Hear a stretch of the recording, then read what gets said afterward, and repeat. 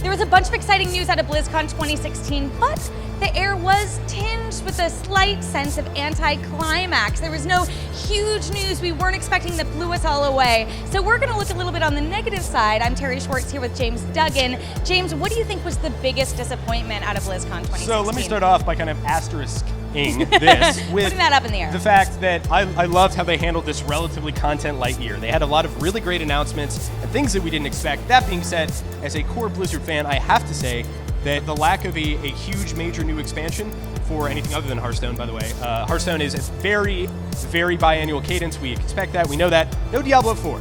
There's no StarCraft 3. There's no Warcraft 4. So, yes, that is disappointing to me as somebody who came here and kind of like the logical part of my brain was absolutely like, there's no way Diablo 4 is getting announced. Look at the schedule. The childish part of my brain that's loved Blizzard since I was like 10 was like, Diablo 4, it's right around the corner. It's true. In the opening ceremony when we see that the D&D die that had 4 on it, you went, yeah. Well, here's my question for you.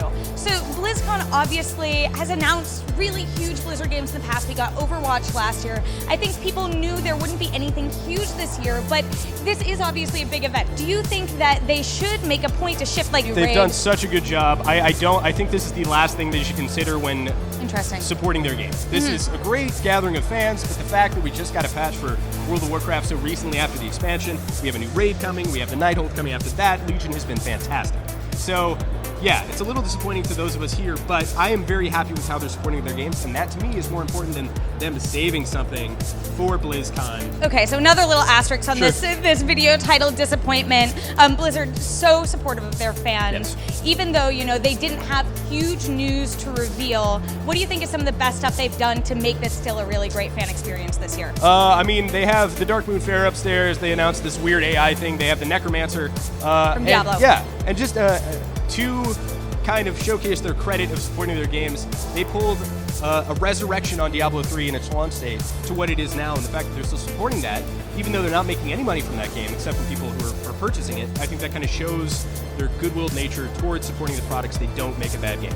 So those are our thoughts about BlizzCon's big announcements this year. Were you also a little disappointed, or did you think that this was still a really exciting opening ceremony for a relatively light year? We want to know your comments in the comment section below. And for all things Blizzard, keep it here at IGN.